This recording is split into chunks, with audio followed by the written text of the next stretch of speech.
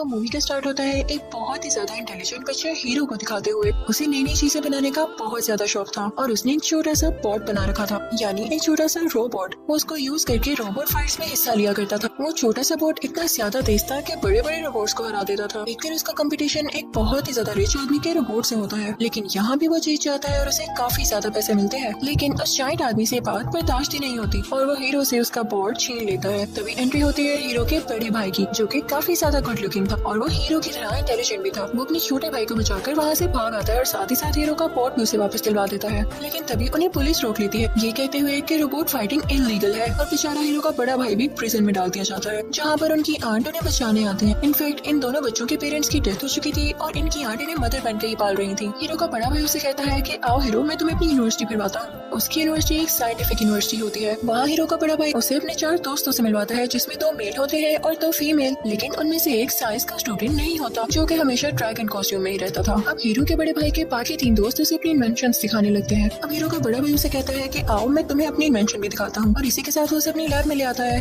वहाँ पर वो अपने छोटे भाई के बाजू पर टेप लगाकर खींचता है तो उसे दर्द होती है। हीरो कहता है कि आउच, और ये आवाज सुन के उसका बनाया गया क्यूट सा रोबोट, जिसका नाम बेमैक्स होता है, एक्टिवेट हो जाता है। तो हीरो का बड़ा भाई उसे बताता है कि एक हेल्थ केयर रोबोट है और मैंने इसमें अपना बहुत टाइम लगाया है और इसके अंदर एक चिप है और ये काफी पॉजिटिव किस्म का डॉक्टर है। फिर बेमैक्स हीरो के बाजू पर किसी किस्म का कोई स्प्रे करता है, जिससे हीरो के बाजू की जलन बिल्कुल ठीक हो जाती है। ये बात हीरो को काफी इंटरेस्टिंग लग रही होती है। फिर हीरो का बड़ा भाई उसे बताता है कि तब तक ये एक्टिवेट नहीं होगा जब तक कि तुम इसे ये न कह दो कि तुमने मेरी अच्छी केयर की और मैं सेटिस्फाई हूँ अपनी केयर से। तो हीरो ऐसा ही कहता है। तो वो रोबोट वापस अपने छोटू से बॉक्स में चला जाता है, जो कि उसका कवर होता है, जिसमें वो चार्ज भी हुआ करता था। तभी वहाँ पर कॉलेज का हेड आता है, जो कि उनकी बातें सुन रहा होता है। वो हीरो के हाथ में वही ब्लैक कलर का बोर्ड देखता है तो कहता है कि ये क्या चीज है। हीरो उसे सब कुछ बताता है। तो वो कहता है कि अरे वाह, मुझे भी इसमें काफी इंटरेस्ट है और मेरी बेटी को भी, वो भी काफी जीनियस है। तुम इस यूनिवर्सिटी में एडमिशन के लिए अप्लाई करना और तुम्हारा भाई तुम्हें इसके बारे में सब समझा देगा। अब वो लोग घर आते हैं तो हीरो का बड़ा भाई उसे बताने लगता है कि हर साल हमारी यूनिवर्सिटी में एक शो होता है और यूनिवर्सिटी के हेड को जिसका प्रोजेक्ट सबसे अच्छा लगता है वो उसका एडमिशन अपनी यूनिवर्सिटी में कर लेते हैं, चाहे वो छोटी उम्र का बच्चा हो। जिसे सुनकर हीरो काफी एक्साइटेड हो जाता है और कहता है कि भाई आपकी यूनिवर्सिटी तो मेरी ड्रीम यूनिवर्सिटी थी। अब हीरो इस पर मेहनत करने लगता है और जल्दी उसे समझ आ जाता है कि मुझे क्या करना चाहिए। उसने जो चीज बनाई थी तो वो बहुत छोटी लेकिन काफी ज्यादा इम्प्रेसिव थी। उसने माइक्रो रोबोट बनाया था, जो कि उसकी बोर्ड की तरह ही दिखता था लेकिन काफी छोटा था और वो एक नहीं था बल्कि कई ज्यादा थे। साथ ही साथ उसने अपने सर पर एक डिवाइस भी लगा रखी थी, जो कि उन माइक्रो रोबोट्स को कंट्रोल करने वाली थी। शुरू में तो ये देखकर कोई खुश नहीं होता, लेकिन तभी हीरो उसका एक्सपेरिमेंट करने लगता है। हीरो उन सब माइक्रो रोबोट्स को उन डिवाइस से कंट्रोल करने लगता है तो वो माइक्रो रोबोट्स आकर एक दूसरे से जुड़ने लगती हैं और अलग अलग किस्म के स्ट्रक्चर्स बनाने लगती हैं। वो उन पर मूव भी कर रहा होता है। ये देखकर कॉलेज के सारे लोग बहुत इम्प्रेस होते हैं और कॉलेज के हेड की तो आंखें ही खुली रह जाती हैं और सारे बहुत ज्यादा क्लैपिंग करते हैं, क्योंकि उन्हें ये प्रोजेक्ट लाजवाब लगा होता है। सब लोग हीरो को कांग्रेचुलेट करते हैं कि तुम्हारा एडमिशन तो पक्का है मेरे भाई।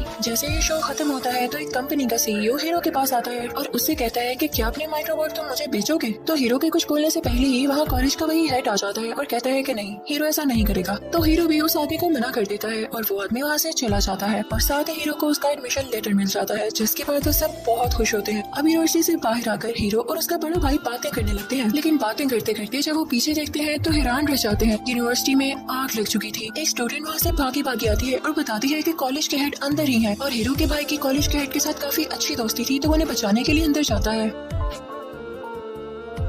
और उसकी कैप बाहर ही गिरी रह जाती है, जिसे हीरो उठा लेता है और तभी वहाँ पर बहुत बड़ा ब्लास्ट होता है, जिसकी वजह से हीरो भी दूर जाकर गिरता है और उसके हाथ में अपने भाई की कैप होती है। वो जान चुका था कि अब उसका भाई इस दुनिया में नहीं रहा। ये सीन बहुत ज्यादा इमोशनल है। अब अगले रोज हीरो के बड़े भाई का फ्यूनरल होता है और सब हीरो को तसल्ली दे रहे होते हैं, लेकिन वो काफी अकेला महसूस करने लगा था। उसका एक तो बड़ा भाई था। आहिस्ता आहिस्ता टाइम गुजरने लगता है और 1 महीना हो जाता है। सब अपनी जिंदगी में वापस आने लगे थे और अपने काम करने लगे थे, लेकिन हीरो अभी भी काफी दुखी था। वो किसी से ना तो बात करता था और ना ही यूनिवर्सिटी जा रहा था। वो ज्यादातर अपने रूम में ही रहता था। उसका रूम और उसके बड़े भाई का रूम थोड़ा साथ साथ थे। बीच में एक छोटी सी पार्टीशन थी। हीरो गुस्से में अपनी चीजें रख रहा होता है कि तभी उसका बोट उसके पाँव पर गिरता है और वो चिल्लाता है उसी तरह आउच। और तभी वहाँ पर उसके बड़े भाई के रूम में पड़ा हुआ वही बेमैक्स एक्टिवेट हो जाता है और अपनी कवरिंग से बाहर आ जाता है। वो हीरो का ट्रीटमेंट करने लगता है, लेकिन हीरो इस मूड में नहीं होता, तो वो उसे बंद करने लगता है, लेकिन वो बंद भी नहीं हो रहा होता, क्योंकि हम तो जानते हैं ना कि वो कैसे बंद होगा। लेकिन हीरो ये भूल चुका होता है। वो उस पर से स्लिप हो जाता है और नीचे गिर जाता है कि तभी उसकी नजर बेड के नीचे पड़ती है। उसकी जैकेट में कोई चीज मूव कर रही होती है। जब हीरो ये देखता है तो उसकी जैकेट की पॉकेट में वही एक माइक्रोबोट होता है जो किसी तरह से उसकी पॉकेट में ही रह गया था, जबकि बाकी माइक्रोबोट्स उसी यूनिवर्सिटी में डिस्ट्रॉय हो गए थे। तो हीरो उसे एक छोटे से ग्लास बॉक्स में बंद कर देता है, लेकिन बेमैक्स उसे उठा लेता है और कहता है कि माइक्रोबोट कहीं जाना चाहती है। लेकिन हीरो उसकी बात पर ज्यादा ध्यान नहीं दे रहा होता और पीछे से बेमैक्स उस माइक्रोबोट को लेकर पता नहीं कहाँ पहुँच जाता है। जब हीरो को ये रियलाइज होता है तो वो उसका पीछा करने लगता है। रास्ते में बहुत मुश्किल से वो उसका पीछा करते हुए उस तक पहुँचता है तो देखता है कि बेमैक्स वो माइक्रोबोट लिए एक वेयर हाउस के बाहर खड़ा है। हीरो भी वहाँ पहुँच जाता है, लेकिन देखता है कि वेयर हाउस तो बंद है, लेकिन माइक्रोबोट अभी भी उसी तरफ जाना चाह रहा था। तो वो लोग प्लान करते हैं कि हम अंदर जाके देखेंगे कि आखिर इधर क्या है जो माइक्रोबोट यहाँ ही जाना चाह रहा है। अब वो लोग ऊपर विंडो से होते हुए उसके अंदर जाते हैं। हीरो कहता है कि मैं नीचे जाकर देखूंगा, तुम यहीं रुकना, ठीक है? लेकिन जो चीज हीरो देखता है उसे अपनी आंखों पर यकीन ही नहीं आता, क्योंकि कोई उसके माइक्रोबोट्स की नकल कर रहा था। सेम उसी के जैसे माइक्रोबोट्स बनाए जा रहे थे। वो एक फैक्ट्री थी और तभी वहाँ पर बेमैक्स भी आ जाता है जो उसे कहता है कि सब ठीक है ना। तो उनकी आवाज सुनते ही वो सारे माइक्रोबोट्स एक्टिवेट हो जाते हैं और साथ मिलकर कोई स्ट्रक्चर बनाने लगते हैं। और जाहिर सी बात है कि कोई इन्हें पीछे से कंट्रोल भी कर रहा था, जिन्हें पता चल चुका था कि बेमैक्स और हीरो यहाँ पर है। वो लोग वहाँ से भागने लगते हैं। तभी उन्हें वो आदमी नजर आता है जो कि इन माइक्रोबोट्स को कंट्रोल कर रहा था, लेकिन हम उसकी शक्ल नहीं देख पाते क्योंकि उसने मास्क पहना हुआ था। अब जैसे तैसे करके ये दोनों विंडो से बाहर कूद जाते हैं। बेमैक्स अपने बाजू हीरो के इर्द गिर्द लपेट लेता है और नीचे गिरने पर भी उनको कुछ नहीं होता क्योंकि बेमैक्स की बॉडी फ्लफी थी। हीरो सब कुछ जाकर पुलिस को बताता है, लेकिन वो कहता है कि बच्चे मेरा टाइम जाया ना करो। और इसी दौरान बेमैक्स की बैटरी भी लो होने लगती है तो वो फौरन से उसे अपने घर ले आता है अपनी आंट से छुपाते हुए। और ये सीन काफी फनी लग रहा था। अब हीरो बेमैक्स को चार्ज करता है और वो लोग बातें करने लगते हैं। हीरो बेमैक्स को बताता है कि तुम्हें बनाने वाला यानी मेरा भाई अब इस दुनिया में नहीं है। तो बेमैक्स उसे रिलैक्स करता है, यानी वो काफी अच्छा रोबोट था। बेमैक्स पूछता है कि वो कैसे मरा,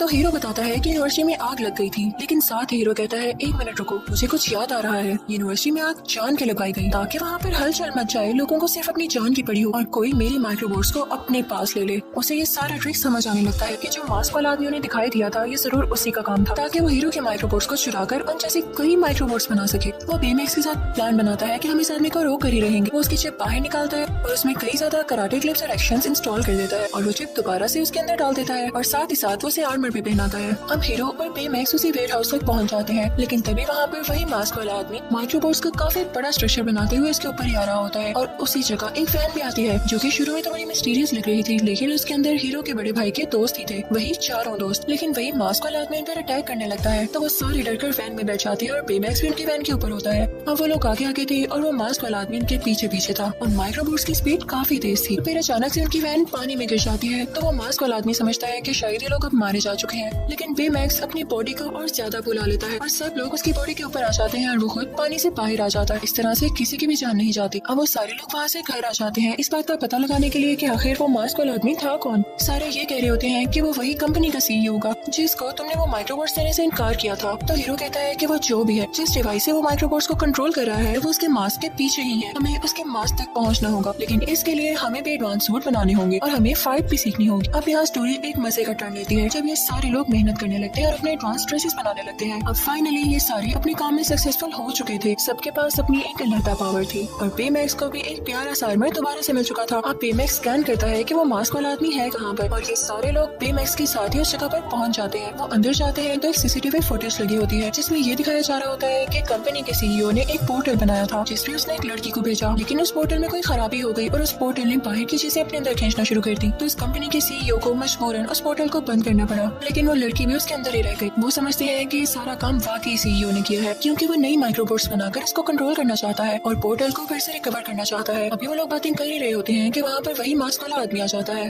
वो उन पर अटैक करने लगता है। वो सारे लोग दूर जाकर गिरते हैं, लेकिन हीरो हार नहीं मानता और बेमैक्स के साथ उस पर अटैक करता है जिससे उस मास्क वाले आदमी का मास्क उतर जाता है और हीरो देखता है कि वो कोई और नहीं बल्कि कॉलेज का हेड है कि वो उसे यूनिवर्सिटी में आग लगने से मारा जा चुका था, लेकिन ये जिंदा था और यही था वो जिसने हीरो की माइक्रोबोट्स चुराई। इसने ये सब पर्पसली किया। हीरो कहता है कि मेरा भाई तुम्हारी वजह से मरा। वो बेमैक्स को ऑर्डर देता है कि इसे मार डालो, लेकिन बेमैक्स कहता है कि मैं एक हेल्थ केयर डॉक्टर हूँ और मैं इसको नहीं मार सकता। हीरो को कुछ समझ नहीं आता तो वो उसकी पॉजिटिव चिप बाहर निकाल लेता है और कराटे और इवल चिप उसके अंदर ही होती है, जिसके बाद बेमैक्स इस काबिल हो गया था कि उस हेड को मार सके। लेकिन उसके बाकी फ्रेंड्स उसे रोकने लगते हैं और कहते हैं कि ठीक नहीं है, तुम अभी बच्चे हो, तुम जेल भी जा सकते हो। और इसी दौरान हीरो के हाथ से उसका मास्क भी गिर जाता है जिसे कॉलेज का वो हेड उठाकर बाहर निकल जाता है उन्हीं माइक्रोबोट्स को यूज करके। और उसी दौरान उनके दोस्तों में से एक लड़की बेमैक्स की पॉजिटिव चिप दोबारा से उसके अंदर डाल देती है जिससे बेमैक्स दोबारा से पॉजिटिव हो जाता है और अटैक नहीं कर पाता। था। हीरो को सब पर काफी गुस्सा आता है। वो बेमैक्स को लेके वहाँ से चला जाता है और अपने गैराज में आता है। वो बेमैक्स से कहता है कि मैं तुम्हारे अंदर से पॉजिटिव चिप निकाल ही दूंगा ताकि तुम उस हेड को मार सको, लेकिन हीरो से वो चिप बाहर नहीं आ रही होती। तो बेमैक्स बताता है कि मैं आपको अब एक्सेस नहीं दे सकता, मैं हमेशा पॉजिटिव ही रहूंगा। तो हीरो कहता है कि आखिर क्यों? तो बेमैक्स उससे वो क्लिप्स दिखाने लगता है जो कि हीरो के बड़े भाई ने रिकॉर्ड की थी बेमैक्स को बनाते हुए। वो ये थी कि मैं हमेशा बेमैक्स को इसी तरह रखना चाहता हूँ, उसे एक पॉजिटिव रोबोट बनाकर जो कि इंसानों की जान बचाए। जब हीरो ये देखता है तो बहुत इमोशनल हो जाता है और रोने लगता है। तो बेमैक्स उसे चुप कराता है। फिर उसके बाद वो अपने बाकी फ्रेंड्स के पास जाता है और उनसे भी सॉरी करता है और वो सब आपस में गले मिलने लगते हैं। और वो लोग हीरो से कहते हैं कि हमारे हाथ एक और सीसीटीवी फुटेज लगी है। जब हीरो से देखता है तो उसे पता चलता है कि जिस लड़की को उस कंपनी के सीईओ ने पोर्टल के अंदर भेजा था और वो पोर्टल में ही रह गई, वो कोई और नहीं बल्कि कॉलेज के हेड की वही बेटी थी। तो इसलिए कॉलेज के हेड ने वो माइक्रोबॉट्स चुराए ताकि वो सीईओ से अपनी बेटी की जान का बदला ले सके। उससे तुम्हारा कोई लेना देना नहीं था। तब हम ये सीन देखते हैं कि कॉलेज का वही हेड और माइक्रोबॉट्स को यूज करता हुआ उसी जगह पहुंच जाता है जहाँ पे कंपनी का सीईओ अपनी नई बिल्डिंग खोल रहा था, लेकिन वो उसी सीईओ का बनाया गया पोर्टल आपस में जोड़ देता है और उसकी बिल्डिंग के ऊपर कर देता है, जिसकी वजह से उसकी सारी की सारी बिल्डिंग उस पोर्टल के अंदर जाने लगती है। तभी वहाँ पर हीरो और उसके साथी आ जाते हैं जो कि उस हेड को ये कहते हुए रोकते हैं कि आप गलत कर रहे हैं, इससे हमारे मुल्क को ही नुकसान होगा। लेकिन वो नहीं मानता और अपना काम जारी रखता है। वो बेमैक्स पर भी अटैक कर देता है और बेमैक्स दूर जाकर गिरता है और इसी की वजह से हीरो भी बिल्डिंग के अंदर जाकर गिरता है। अब वो पोर्टल तो मुसलसल बिल्डिंग को अपनी तरफ खींच रहा था, तो हीरो भी इस वजह से इस पोर्टल की तरफ खींचा चला जाता है, लेकिन बेमैक्स हीरो को बचा लेता है और बाकी सब उस हेड के माइक्रोबॉट्स को रोक रहे होते हैं। अब हीरो सबसे कहता है कि हम इस तरह से इसको हरा नहीं सकते, हमें माइक्रोबॉट्स को अलहदा करना होगा, क्योंकि ऐसा करने से सब माइक्रोबॉट्स अलहदा होकर पोर्टल के अंदर जाने लगेंगे और हमारा काम आसान हो जाएगा। और फिर सारे यूनाइट होकर यानी मिलकर माइक्रोबॉट्स के अंदर से गुजरते हैं, जिससे सारे माइक्रोबॉट्स अलग अलग होने लगते हैं और पोर्टल के अंदर जाने लगते हैं, वैसे ही जैसे हीरो ने कहा था। ये चीज देख के उस हेड को गुस्सा आने लगता है, तो वो बेमैक्स और हीरो पर अटैक करने लगता है, लेकिन बेचारे के पास अब कोई माइक्रोबॉट बचा ही नहीं होता, तो उन पर अटैक कर ही नहीं पाता। अब बेमैक्स इस चीज का फायदा उठाता है और उसका मास्क पकड़कर तोड़ देता है, जिनसे वो सारे माइक्रोबॉट्स को कंट्रोल कर रहा था और इसी वजह से पोर्टल भी नीचे गिरकर टूट जाता है। लेकिन मजे की बात ये थी कि वो अभी भी खुला हुआ था। सब अपनी जान बचाकर भाग रहे होते हैं, लेकिन तभी बेमैक्स को फील होता है जैसे उसके अंदर कोई जिंदा है। वो लोग जानते थे कि हेड की बेटी इसके अंदर है, तो वो समझ जाते हैं कि हमें इसकी जान बचाना होगी। अब बेमैक्स और हीरो कहते हैं कि हम अंदर जाएंगे उसकी जान बचाने के लिए। अब जैसे ही वो लोग पोर्टल के अंदर जाते हैं तो बिल्डिंग का एक टूटा हुआ हिस्सा बेमैक्स को लग जाता है, जिसकी वजह से उस बेचारे का आर्मर टूट जाता है। अब उसके पास वैसी पावर्स नहीं रही थी जैसे वो पहले यूज कर रहा था, यानी वो अब उड़ भी नहीं सकता था। अब उनको वहाँ पर हेड की बेटी भी मिल जाती है, लेकिन उसका रॉकेट भी बंद हो चुका था। बेमैक्स के ड्रेस का एक हाथ अभी भी ठीक था, वो खुद तो उड़ नहीं सकता था, लेकिन वो ऐसा जरूर कर सकता था कि वो उस बंद हुए रॉकेट के साथ अपना हाथ लगा दे और वहाँ से उसको शूट करके पोर्टल से बाहर भेज दे। लेकिन ऐसा करने की वजह से बेमैक्स खुद पोर्टल के अंदर ही रह जाता, क्योंकि सारी फोर्स उसी ने लगानी थी और इसकी वजह से वो पीछे चला जाता। हीरो कहता है कि नहीं, मैं ऐसा होने नहीं दे सकता।